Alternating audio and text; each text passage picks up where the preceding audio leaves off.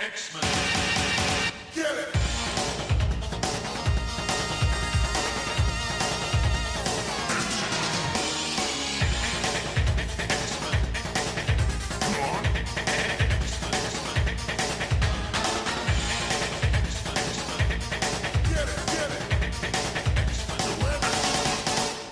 Hey everyone, and welcome to another exciting episode of Battle of the Atom. This is your weekly X-Men podcast where we rank every story from A to Z.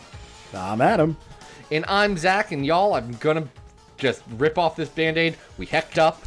We had a great interview with Jerry Duggan, all about planet-size X-Men.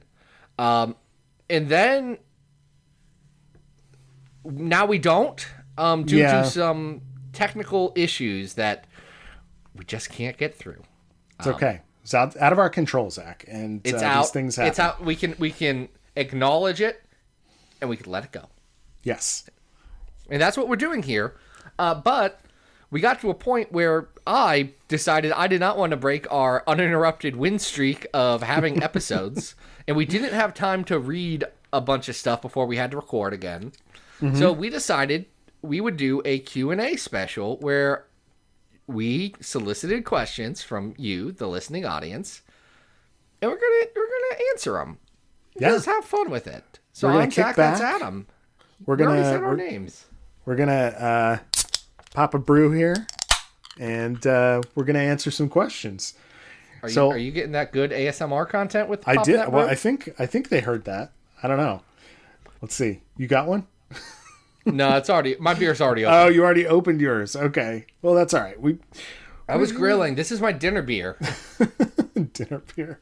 All right. So you're going to ask me a question. I'm going to ask you a question back and forth, and we'll see how far we get. Yes. So I've got questions that I solicited on the Patreon, and Adam's got questions that were solicited on the Twitter account. That's the Comics XF Twitter. And we're just going to go with it. So I'm going to start. This one comes from Patreon supporter Kyle Still, who asks, it seems like telepaths are a dime a dozen in the Marvel mutant world. I can't think of any other telepaths, however, that are not mutants. Any theory as to why there's that disparity? Like, why? Wait, is the question why are non-mutants telepaths? Why are there a high density of mutant telepaths and not a high density of non-mutant telepaths? Well, I think it's because it's a fun power to play with, so writers just go to it. I think that's all there is to it. You know what I mean? I think it's a little different. So there are non-mutant telepaths, like Moondragon is a telepath. Mm-hmm. Yeah. All of the Eternals have some weird form of mind linking with the Unimind. Right. Is the Unimind the Eternals, or is it... No, that's the Forever Man or whatever for Jack Kirby's. You're speaking a foreign language to me, buddy. I don't know what that is. Let's not worry about it. But I think for mutants, the problem was that they got really used to having a telepath right at the start with Professor X, and then he faked his death, he died, and then they said, oh dang, well, Jean now has telepathy, and then it became a thing, and then Jean died. When they wrote, when Jean died, Rachel, who was her daughter, got wrote into the book pretty soon after that, and she has telepathy because her mom did. And then she had to get written out of the book. So Psylocke came in and had telepathy. And then everyone came back. And then there were just a lot of established characters. And it became a trope of X-Men. Yeah, I think that's pretty much it. That they just keep recycling the power. And then now they're just all chilling together. Yeah, everyone's just vibing now. All right. We've got a question here from our buddy Dan Grote. At Daniel P. Grote on Twitter. Zach, you ever think of just giving it all up and becoming a Usagi Yojimbo podcast? You mean, are you talking about Usagi Yojimbo? Usagi Yojimbo. The Ronin? The rabbit samurai? Stan Sakai's great creation. I think of Usagi Yojimbo constantly. I have only been an Usagi Yojimbo fan for like 8 months, but it's the best comic. Everyone says that it's good, and it has been for 35 years, and they're right. That's just all there is to it. It's a perfect comic through and through, and has always been that way. And it's phenomenal. And Stan Sakai is continuing to do incredible work over at IDW with the book. I love Usagi Yojimbo. It would be really hard to do this podcast with Usagi Yojimbo, though, because all of the stories are just about as good as everything else. Like everything's number one. Grass Cutter is probably the overall number one because Grass Cutter's real good. But I'm trying to think of Usagi Yojimbo story that is comparatively at like our number 100 spot. Like they're all kind of better than that. So there's no like Stan Sakai at 500 the Draco. Like that's just not possible. I mean, I don't like Space Usagi all that much, but a lot of people have fond memories of Space Usagi. That was a spinoff that Stan Sakai did when his friends Kevin Eastman and Peter Laird made a lot of money on the Ninja Turtles, and Stan Sakai wanted to get in on that. So he came up with Space Usagi, which was Usagi Yojimbo, but in space. And then there was a TV show that was very similar, I think, Bucky O'Hare, that failed miserably. Yeah. So then no one wanted to buy Stan Sakai's Space Rabbit. Oh, that's a bummer. That's a bummer. Listen, he gets Teenage Mutant Ninja Turtles residuals, so Stan Sakai's doing all right. Yeah, that's great. They've made video games of Usagi. Miyamoto Usagi's great. And Adam, I think Dan also had a question for you that we can just knock out here. Over the years, we've watched you level up as an artist. What's something about drawing you still find challenging? Oh, well, first of all, thank you for thinking I'm leveling up. I'm just trying my best. And I guess legs, like, I know the anatomy and I know how legs like connect to hips and connect to torsos, but I have a tendency to still draw them kind of short, and I don't know. There's always something that I could be drawing better, and I'll just keep trying. How's that? I mean, that works for me. I don't know how to draw anything. We know this. Christian Smith on the Patreon said, given the events of Planet Size, how does Zach feel about calling Mars so early in the run? And I want to correct something on this. I called Mars before the run happened. Yes. I called Mars based on, and I am not exaggerating this. Nope. The cover of House of X, and that was it. Yep. One teaser. That was it. I got it in one. And here's the secret. If you reread that article, most of it is incredibly wrong. Some of it oddly right. But we've been building to Mars for a while. Like, Mars is explicitly talked about in House of X Powers of 10. It's not what Krakoa is. It turns out if I would have known that there was a secret second Krakoa called Ayako, I would have said that would become Mars. That would have been part of it. I didn't know that there was a secret second island, and that's what Mars is. Now that I say that out loud, I got way closer than I thought. You did. Adam, what's that? If you read that article, you do kind of describe Krakoa. You're just describing it on Mars, you know? Yeah, that's what I was thinking. But I've got to ask, Adam. Yes. Did I handle it with grace? Was I insufferable this week? You really weren't. And I was kind of expecting you to be like more jubilant and more over the top. But given that we read the review copies on Monday, I think that, you know, we all sort of had a shared like appreciation for it. But we also knew this was coming. You know, I think we saw the writing on the wall. Literally. House of X #1. As soon as the Planet Size cover came out by Pepe, I think we were all like, all right, Galm is finally happening, and we're finally going to Galm. What if they named it Galm? Yeah, instead of Planet Arako, what if they named it Galm, just so Hickman could have that typo be right? That would be amazing. For people who don't know, in the original first printing of House of X1, the doorway to Mars is written as Galm and Krakoan. So I like to affectionately refer to Mars, or now our Planet Arako. Planet Arako as Galm. Yep. Oh, it's great. Is it my turn? Yeah, it's your turn. All right. We have a question. Speaking of Krakoa, we have a question from Krakoa itself. This is from @Krakoa Welcomes. Could Krakoa grow a bagel so big that even he could not eat it? I've thought about this because I saw this one coming. Yeah. I want to say the answer is yes, and here's why. Okay. Krakoa feeds on the psychic energy of mutants. Right. And not on bagels.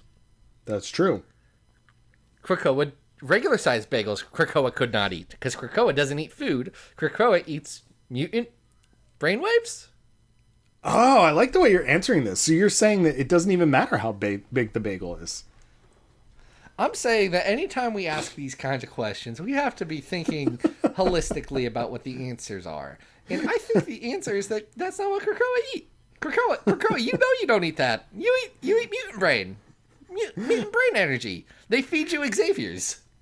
That's so great, because I was imagining like a giant bagel the size of an island, and how many mutants he would have to eat to generate the energy to create the bagel. But you bring up a very good point. There's no reason for Krakoa to eat a bagel. He doesn't eat bagels.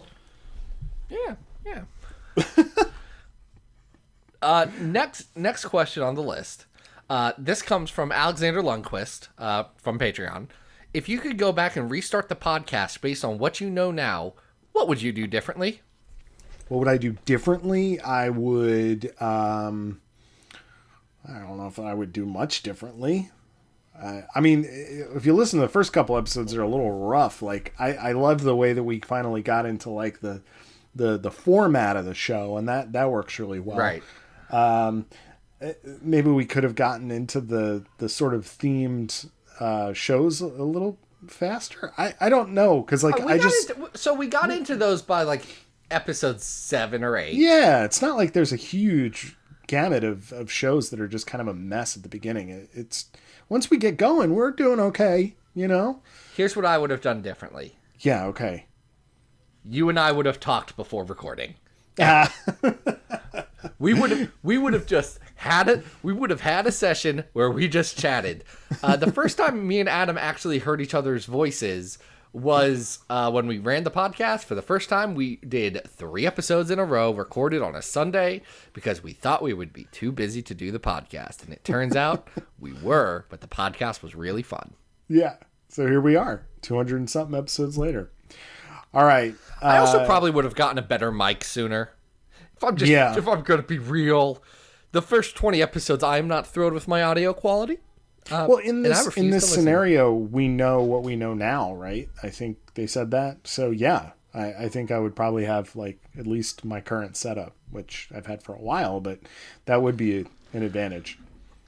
We probably would have set up video chat sooner, because I think that has worked to bounce back and forth. We started that over COVID because we started doing video calls with some friends anyway, and we were like, this is easy enough. Yeah, we did some live shows. I think it helps. All right, here's one from our good buddy @Robert Secundus. What is your favorite fast food fish sandwich, Zach? Oh, this one's easy. For me, it's Culver's. They're a North Atlantic cod fish sandwich. It's it's a good quality piece of fish. It's well fried, just in a nice way where it has a nice crispy exterior, but still has a juicy interior to it. So it's really good. The tartar sauce that they use, I think, works pretty well. And I like the bun on it. The roll that they put on is fluffy, a little buttery. It's what you need. How about you, Adam? Do you have a favorite fast food fish sandwich? I do not. And I obviously Rob has been exploring the world of fast food fish sandwiches over the last few months. But I mean, I live at the Jersey Shore. I have like fresh fish all the time from really good restaurants. So even the idea of getting a fast food fish sandwich sounds deeply unappealing to me, when I could just go down the street and have like fresh cod, fish and chips. You know what I mean? Like, just, I'm being pretentious, but it's just what I got. Adam's a local fish boy, and that works. I mean, listen, if there's a fish fry down at like the Knights of Columbus or the VFW, I'm going to be there. Yeah, there you go. But that's only on like Friday nights during Lent. You can't get that. You can't That's get true. that all year round. Yeah. It's a little different here when you live right next to the ocean. You know what I mean? Us Midwesterners, we take our fish where we can get it. I understand. All right, what you got? Okay, this comes from Jeremy Rosenstein. It says, "Hi guys, love your show." Thank you, Jeremy. You have mentioned in episodes that some of the past artists and writers on X-Men have become problematic. I would question that they have not become problematic. They just always were, and we Maybe are didn't know. older and wiser and willing to rectify some of those situations and deal with them. Does this affect your reading of their stories and or their issue placement on the big list? Yeah, big time. Especially if it's something that happened, recently in the news or we're just finding things out that we didn't know before. I think it definitely influences it. But, the best example is, I think going into episode 100, we probably still had a pretty fun, convivial impression of Mr. Liefeld. And, he cameoed on that episode. And, he's really kind of turned into someone very bitter and not super fun in his online presence. Now, in retrospect, maybe he wasn't as in on the joke as I thought he was. But, Oh, Rob had no idea about this. I just paid him $35. No, that's not what I mean. Know. I mean, in on the joke about how people perceive him and how he was willing to be the butt of people's jokes as long as he was a cash cow. But it has really been recent, within the last 2 years, that he has just kind of gone real dark. And so, yeah, I mean, I can think of other writers and some artists that we have talked about on the show that I think it definitely influences it, because I don't necessarily want to look at that work in the same way. I think for me personally,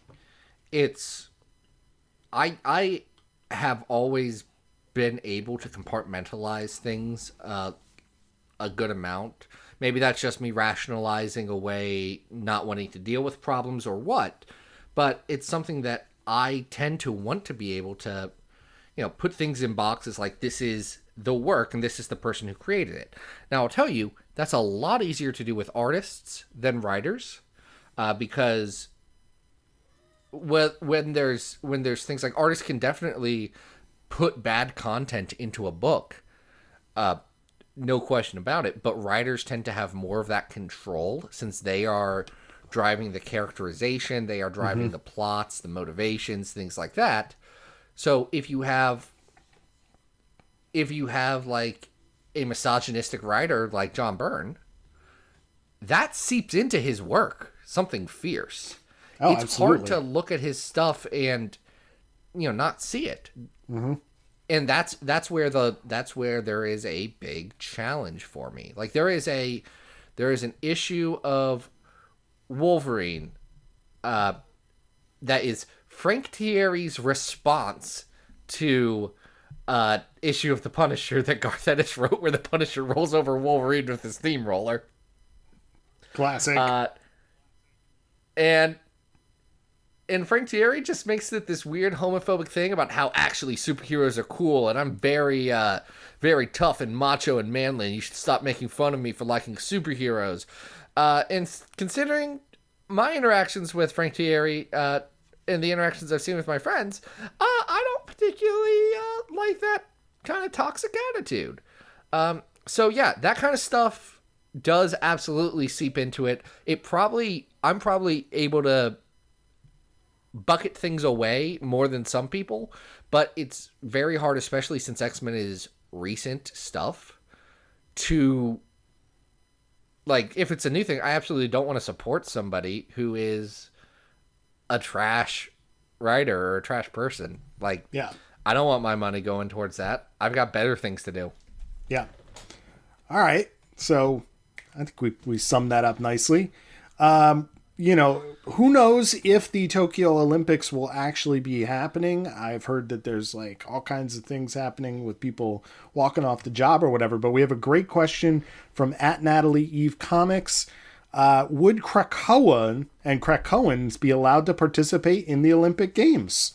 What do you think? Good question. The answer is no. And I'm pretty sure that's because it's been explicitly answered that Jean-Paul Boubier could no longer participate in the Olympics. I think 100% they have answered that no, mutants cannot compete against baseline humans in the Olympics. That's a wild choice. And there are definitely legitimate real world situations where people are trying to limit who can play in sports and whatnot. And that's a metaphor you could make in this case. And I would argue that the mutant metaphor is pretty weak and falls apart. And no, they have a man who can run at the speed of sound. He cannot be in the 100-meter dash. That's not unreasonable. The answer is yes, you're faster, and you're kind of being a jerk if you want to prove on the stage that you're faster than all these people so you can win a medal. They're trying their best. I would love to see Krakoan Ayako Olympics. That would be pretty sick, Now, okay. Now we're right? We're on to something. Mutant Perhaps Olympics. A contest of champions of sorts. There you go. 10 of Swords 2. It's 5 of Rings. Wah, wah. 10 of Swords 2. Contest of Champions 4? Well, we got a future crossover there. All right. We do. I've got one here from Austin Gordon, our friend of the show, friend of the us. If you could each elevate one character into a higher place of prominence within the line, put them in the X-Men, make them a member of the council, whatever, who would it be? I mean, I think I made myself clear during the X-Men vote that I have really had a newfound respect for Marrow, and I would love to see more Marrow. And I think that's maybe going to happen. I mean, we've seen more Marrow in the comics, at least a couple of brief appearances. So I'm hoping that happens. I've found a newfound respect for that character. Zach, you've been getting some Maggot appearances lately. I mean, what do you think? I have. Character you want to see more of? Listen, I'd love to see more Maggot because Maggot has vibed places. He is a I don't know what the official role is. He's an ambassador to other mutants to help them come to Krakoa, which is rad. He said all cops are bastards, which is rad. Like real happy for the Maggot that's appearing in Vita Ayala's Children of the Atom, which I like to think I had a non-zero role in making happen. Vita, if you're listening, thank you. Yes. But I think Maggot is, until someone has a dedicated Maggot story, I'm fine with him just showing up and living his best life. I would like to see Blob, Fred Dukes, get a better role. I like that he's happy. Like, if Krakoa is about self-actualizing, I think he's self-actualizing right now. Sure. But I want to see, like, he's only had a handful of speaking roles, and there was one right after Ten of Swords where he was talking about how he was upset that Betsy died, and I was like, "Oh no, you're gonna break my heart." I want more of him. There's not much. There's not much more to that, though. Like it would be great to see more. Okay, is it my turn? Let's see. It is your turn. Okay. Ross at RP Hutch 1975. Who was the MVP of Planet Size X-Men character-wise, in your opinion? We're only allowed to pick one character each. Who's your MVP from Planet Size?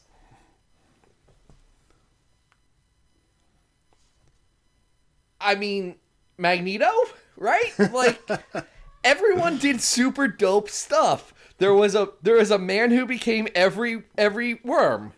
Like, there's a person with ocean for blood. That was going to be mine. Is Ocean Blood Ayako person whose name escapes me. But Magneto was the project coordinator of terraforming Mars. Jean did a lot of great stuff. Storm did a lot of great stuff. Magneto does, in fact, get the gold star on this one. Unsung hero has got to be Hope, though, because Hope amplified so many different powers in that issue to make that happen. But man, when you got a mutant who just like slices himself open and creates an ocean, and he looks like a giant like gecko, I was like, this is rad. Oh, the accidental guy? Yeah. Yes. Next question comes from Tim Maytom on Patreon, who asks, what character's return to prominence during the Hoxpox era has been your favorite surprise? Has been my favorite surprise. Yes. All right, I got to think about this for a second, because there's not, I don't know, like, return to prominence. It's Cypher. I mean... It's Cypher. Yeah, okay. It's Doug, Cypher, Adam. That's a good answer. Doug Ramsey is finally good. Yeah. It's great to have Warlock back in the mix. Like, all right, here's what I'm going to say. Like, Vita's New Mutants right now, just, like, absolutely killing it. And I think that, like, that as a team, as a group, I'm just really enjoying the vibe there right now. I'm trying to think of, like, a single character. The only challenge with Vita's New Mutants is, I think, with the exception of Rainboy, pretty much all of those characters in that book have more or less been well served over the last, like, even right before Hoxpox. Even Jimmy was in X-Force, and That's Brisson true. wrote a good one, and he was in Weapon X before that. Like, he had been in starring roles for a while. And, like Glob was... Ed Brisson had been writing Glob, so Glob was good up before that and through it, and Glob's going to come back with a vengeance. I'm giving him time. Polaris, I think. Yeah. Yep. I think the way Leah was writing Rachel was really great, before X Factor ended. Jeez. X Factor turned into Trial of Magneto. Let's focus on the positives. Yes. No. Well, I know that there's more to come. But yeah, I don't know. I had another character in my mind, but I can't think of who it is. Okay. Here's one for you, Zach. This is from @UncleShouty. Favorite alternate universe / non-canonical costume. And I guess it doesn't have to be X-Men. The answer is Sunfire's Age of Apocalypse outfit. An outfit that's so good that they brought it over to the regular world multiple times because it rules. Yeah, and his it makes look Sunfire look good. Yeah, his look in the Laraz Duggan book kind of looks like it too, doesn't it? I mean, it's not exactly the same. It's evoking some of that. Yeah. No, but it's pulling from that same, like, barely contained flame, but in a different way than the Human Torch. Yeah, I think I would also go with an AOA pick and go with AOA Colossus. When I saw the AOA Colossus Build-A-Fig that they're going to release, I was like, this is so cool. I just love that look. But I think that's just because I love that book. I don't even know if the look is that cool. But it's like Colossus as a Ninja Turtle. Listen, the bandana works for him. It really does. Brian Hewson asks, what creators that haven't worked on the Krakoa era books would you like to see in the future? I would... let me think about this for a second.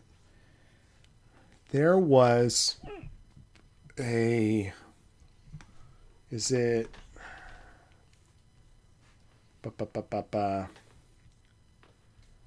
Is it Juni Ba, who just did the one shot for DC?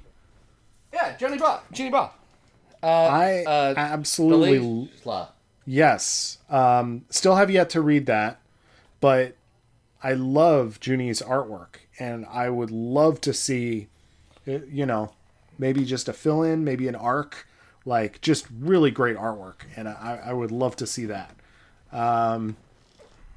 Anybody on your hit list there, Zach, that you'd like to see step in for a little bit? So Jenny Ba is a good pick. From artists, there's a ton of incredibly talented artists that I love, and I don't know who I would pick. Casper Wingard, who's doing Homesick Pilots right now, would be a great pick. Mm-hmm. I think stylistically would fit in there. I don't know. There's a lot of freaking good artists, and I would need to figure out what the book would be to say, like, oh, yes, they would need to. As far as writers that I think would be interesting, I think Ram V's getting hot right now. But I think Ram V would have a lot to do with Krakoa stuff. I think Eve Ewing could put on a really, really good showing. He won't do it. I would love to see what Ta-Nehisi Coates does with X-Men, because even when he was writing Black Panther and Captain America, all he wanted to do was write X-Men. Yeah, that's probably true.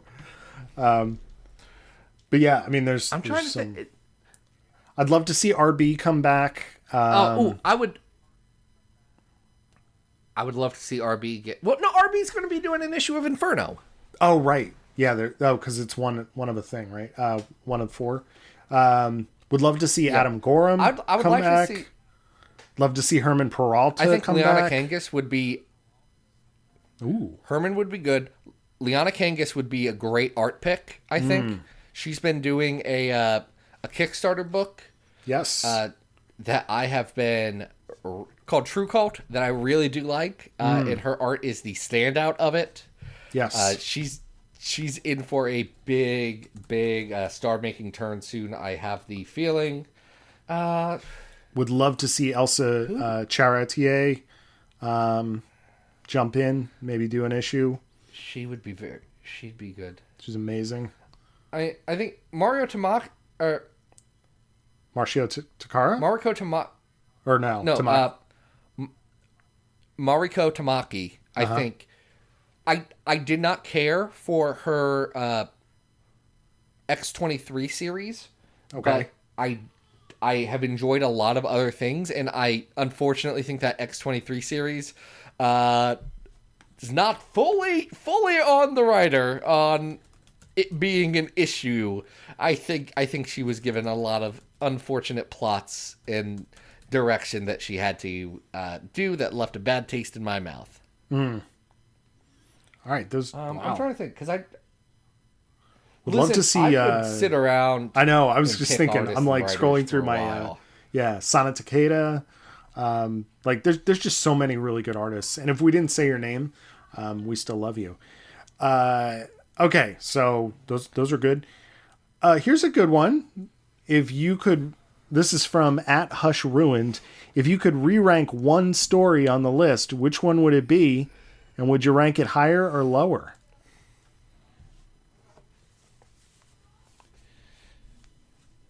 I think we've talked about this more than once recently, or maybe it was on a it wasn't a recorded thing. It was just a live stream we did. Yeah. I would probably bump down X-Men Grand Design a good chunk. We put it on there right as it ended. Like I think the week it ended, it got added to the list. And I hold that the first issue of X-Men Grand Design is an incredibly well done thing, and I think Ed Piskor does some fantastic cartooning throughout. I also think that the story sucks and is a bad adaptation of things. There was a lot of recency bias when we did that. So, and of course, I still live for the day that we elevate New Mutant Summer Special in honor of the genius that is Ann Nesenti and Brett Blevins. So maybe one day that'll happen. I've read a lot more Ann Nesenti recently. I just last weekend I read The Seeds that her and David Aja did. Mm-hmm. Is the book good? I don't know. It's definitely worth reading, though. Oh, yeah. I give a lot of credit to books that take a big swing. Like, Hoxpox is at the top of our list. One, because it's fantastic. But two, I value the big swing more than just about anything. Sure. And they went for it. They went for it and they hit it out of the park. So, I don't know. We probably there's some stuff in the middle of the list that's probably bad and we just haven't thought about it in a while. There's lots of shuffling we could do, but part of the fun is trying to navigate through the list, even though it's a little bit of a hot mess sometimes, depending on where you look. So it's a labyrinth of our own design. Exactly. It's our own mess, and we'll deal with it. Dang it.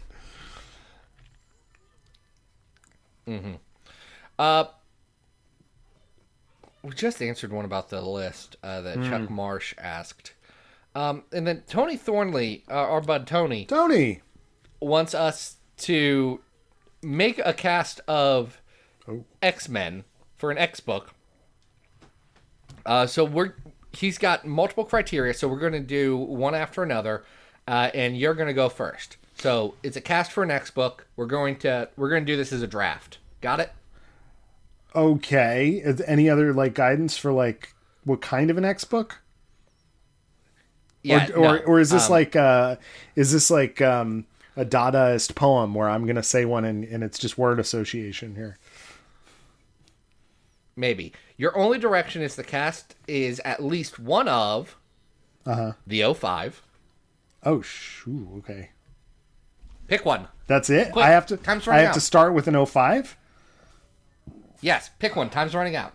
Okay. I pick I pick Beast, but Sorcerer Beast from All New before he gets sent back in time.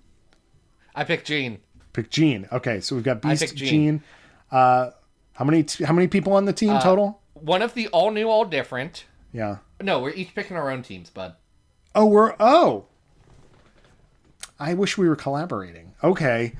I would have picked somebody different. We're not. We're against I thought each other. I thought I was doing this one to of throw the you All off. New, All Different. All right. I will take Storm. Nightcrawler. Oh, that's a good one. One of a third generation, including. Okay, let's just break these out. One New Mutant. Okay. One New Mutant. I'll take Warlock. Danny. Good pick. One Gen X. One Gen X. I want Jubilee. Oh, that's cool. I want Paige. Perfect. Good pick. One new X-Men. So one of the kids. Armor? Does that armor count? No. Armor will count. Armor counts. All right. If I wasn't gonna do armor, I'd do pick. Surge. Okay. Let's say Rock Slide. We need a big funny dumb guy. That's good. Yeah. One former villain. Magneto. Oh dang. That's right. That's a good one. You could do it. Pick Onslaught. No, I'm not gonna. What? Onslaught's bad. Who's a good former villain? Wait. Oh no. It could Give just me be Blob. Give me Blob. Yeah, there you go. All right. Give me Blob. Give me a big boy squad with Blob and Rock Slide. Is that our and team? one wild card. One wild card? I want You Marrow. got a wild card. I'll take Marrow. Marrow's very wild card. Now that I say that out loud. Marrow, quite a wild card. Who is the most likely to press a button, even though they shouldn't press a button? Dupe?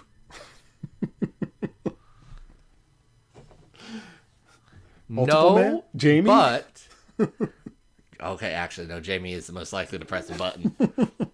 Yeah, let's go with Madrox. There you go. right, that was fun. So that's our team. We should do that as an episode. We should do like a draft episode with like a snake draft or something. I never thought about that before, but that'd be a good Keep theme. that in mind. Yeah, thank you, Tony. That was a good one. Okay, Let's knock out a few more. We're out of the Patreon ones. Okay. I've got one that I want to ask eventually. But which this is from @Chomungxer. Which X-Man is the best at cooking and which is the worst? it's Gambit and Jean Grey. This is established. Gambit's the best and Jean Grey's the worst? Absolutely. I'm going to say... puts raisins in potato salad. Ugh. Oh, right. I'm going to say for worst, it's probably Jubilee, because whenever we see her, she's got like candy bars in her pocket. That doesn't really establish very good, healthy eating. And for best, I don't know. Somebody's got to be whipping up food at the Green Lagoon. Is it Blob? Is it Fred? I don't know. I don't know who's cooking there.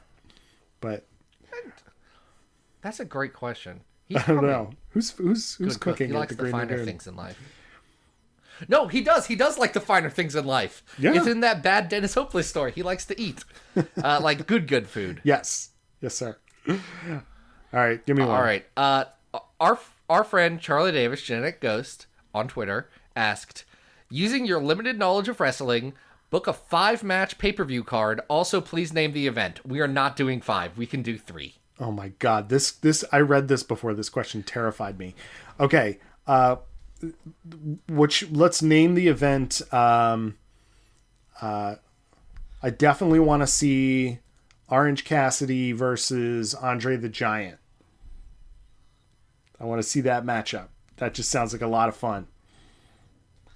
All right, what you've got round 2. Maybe. I think round 2, I think this is going to be a tag team match. Is round 2. And it's going to be the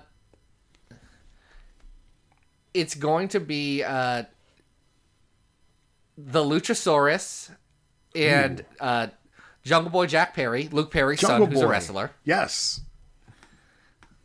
And then they're going to have to wrestle against the tag team duo of Incineroar from the Super Smash Brothers series and also King from Tekken. So you've got 2 little wiry guys in King and in Jungle Boy Jack Perry. And then you got some big dudes in the Luchasaurus, who is a lucha doing dinosaur, and also Incineroar, the Pokemon from Pokemon. All right, let's finish up with a ladies match.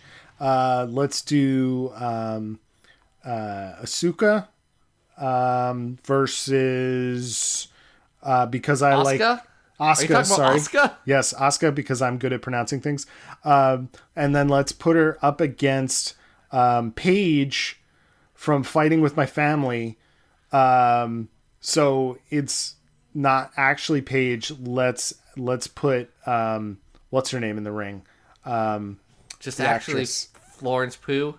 Yes, let's actually have Florence Pugh against Asuka, and that's the final round. All right, we need a name for this tournament. What is it going to be called?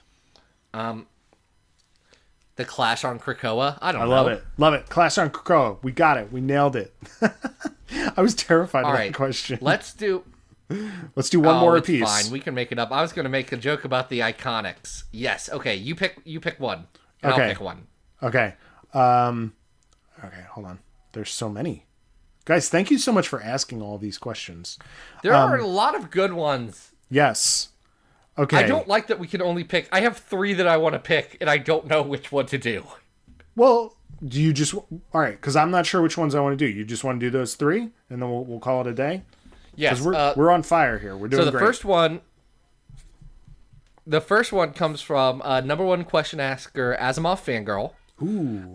who asks, "Hi, if you lived in the 616, would you still be doing an X-Men podcast? If so, would it be about the real-life team or their comics published in that universe? Oh, man. Asimov Fangirl always asks the best questions. I assume that I would be spending most of my time, given the fact that I live in New Jersey, running for my life, given the amount of times that New York gets destroyed, and just living in a constant state of PTSD and trauma and like just trying to stay alive.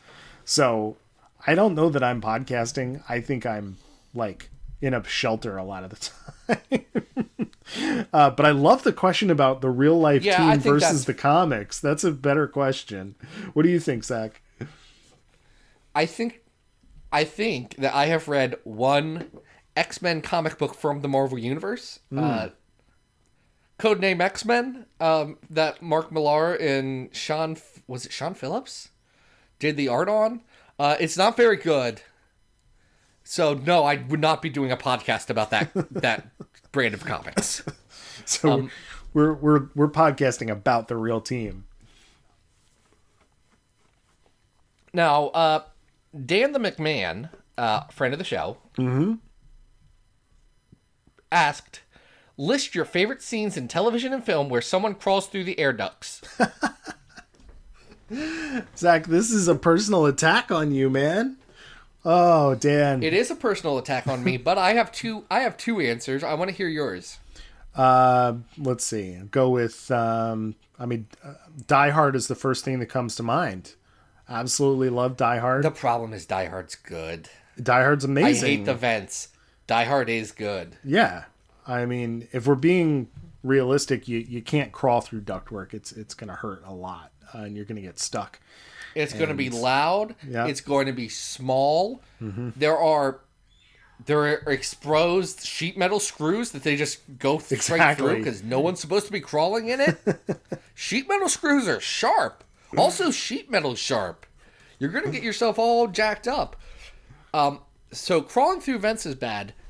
Here's one I do think does it right. Okay. Ant-Man.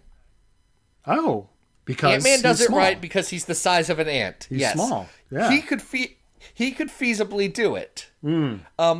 What people don't understand about climbing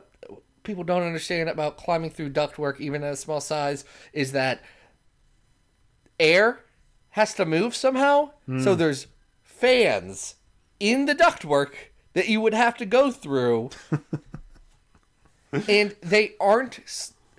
I know what you're thinking. And no, they aren't slow-moving kind of those fans. I sell those fans for a living. They're fast as all get out. And I know that one person who I previously worked with, who was not very smart, did stick his finger into one of them and almost lost his finger. It was hanging on by a thread. Oh, it's bad. Amador made some choices. And after that, we had to all not ever be in the lab when something was running because he ruined it for all of us because he stuck his freaking hand in there. It's like, come on, dude. Oh, man. All right, so my plans of reenacting Mission Impossible 1, where they go through the ductwork and lower Tom Cruise from a rope, I guess I'm going to call that off. I'm not going to do that anymore. All right, we got one last question, right? This comes from a friend of the show, Cerebrocast. Hi, Connor. Connor asks, will the new X-Men title reunite Lorna with her sister Zaladane? And I responded to him, cannot emphasize enough how much Jerry Duggan will not be in attendance. Connor He knew said that was fine and just wanted to know what we thought. Will Zaladane return? I don't see it happening anytime soon. In X-Men, specifically in X-Men. I don't see Zaladane returning in the new X-Men title. I'm going to be honest. Listen, I'm going to get real close here. Yeah, get real. Get real. I don't care about Zaladane. I know Connor does. I know. I don't care about Zaladane. I'm fine if Zaladane never shows up again. And I know this is a personal attack on a lot of people. I don't care about Zaladane. But also, if Zaladane's going to show up anywhere, it's going to be in X-Corp because she's a Savage Land person. And the Savage Land is where X-Corp has some farms and stuff. I like that. That was a good motivational talk. Yeah, I'm fine with that. I mean, Listen. I think that Connor over there has some connections to some people who write X-Force or X-Force X-Corp. Oh, So okay. So make the magic Connor's happen. literary agent. So, like, I don't think that it would be professional to tell a client, "Hey, you should rewrite this big old thing to put in this joke." But also, I know from experience that X-Men writers can be bribed if they think a bit is good. Oh, man, what a way to go out. All right. Well, folks, we do apologize again. We are going to try and get Jerry back, and I think Jerry's been agreeable to that. So we will get an interview. We're working on something.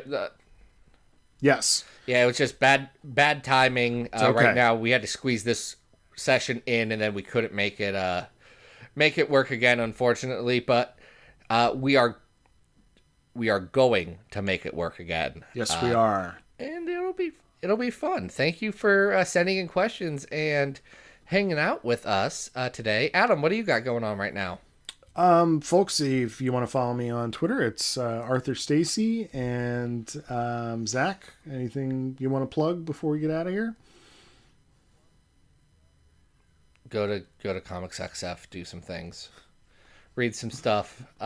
Really, this podcast is more about that website than anything that we do. Stop. It's really not about X-Men anymore, I'm pretty sure. Folks, if you would like to, I told Adam I'd edit this one.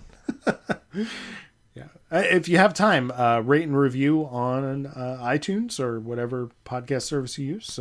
We love that kind of stuff. And next week, what do we got going on, Zach? Next week, we have going on the Crucible. We're going to talk about the Crucible. All right. It's going to be exciting. But until then, this has been Battle of the Atom. We hope you survived the experience. Get it!